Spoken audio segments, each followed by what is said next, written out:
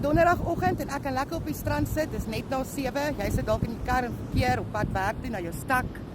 9 to 5 gaan jy ooit 'n bonus kry hierdie maand. Luister, ek kyk vanoggend die nuus. 145 besighede het weer toegemaak. Ek gaan dit sommer op die skerm sit. Ons is 8.4 miljoen mense sonder werk. Het enige iemand 'n plan B? My pa het altyd vir gesê, as die kakkie vir inslaan, beter jy 'n plan B het. Ek het 'n aanlyn besigheid op 4 maande. Ek verdien in dollars. Ek werk 2 ure 'n dag. Niemand kan my besigheidsdeure kom toesluit nie. Dis myne. Dis my security. Dit is nie net 'n baas wat vir my 'n retention package kan aanbied. Nie my bonus vir my kan gee nie. Kommissie, vervallings, mense, hier's ander geleenthede van jou foon af.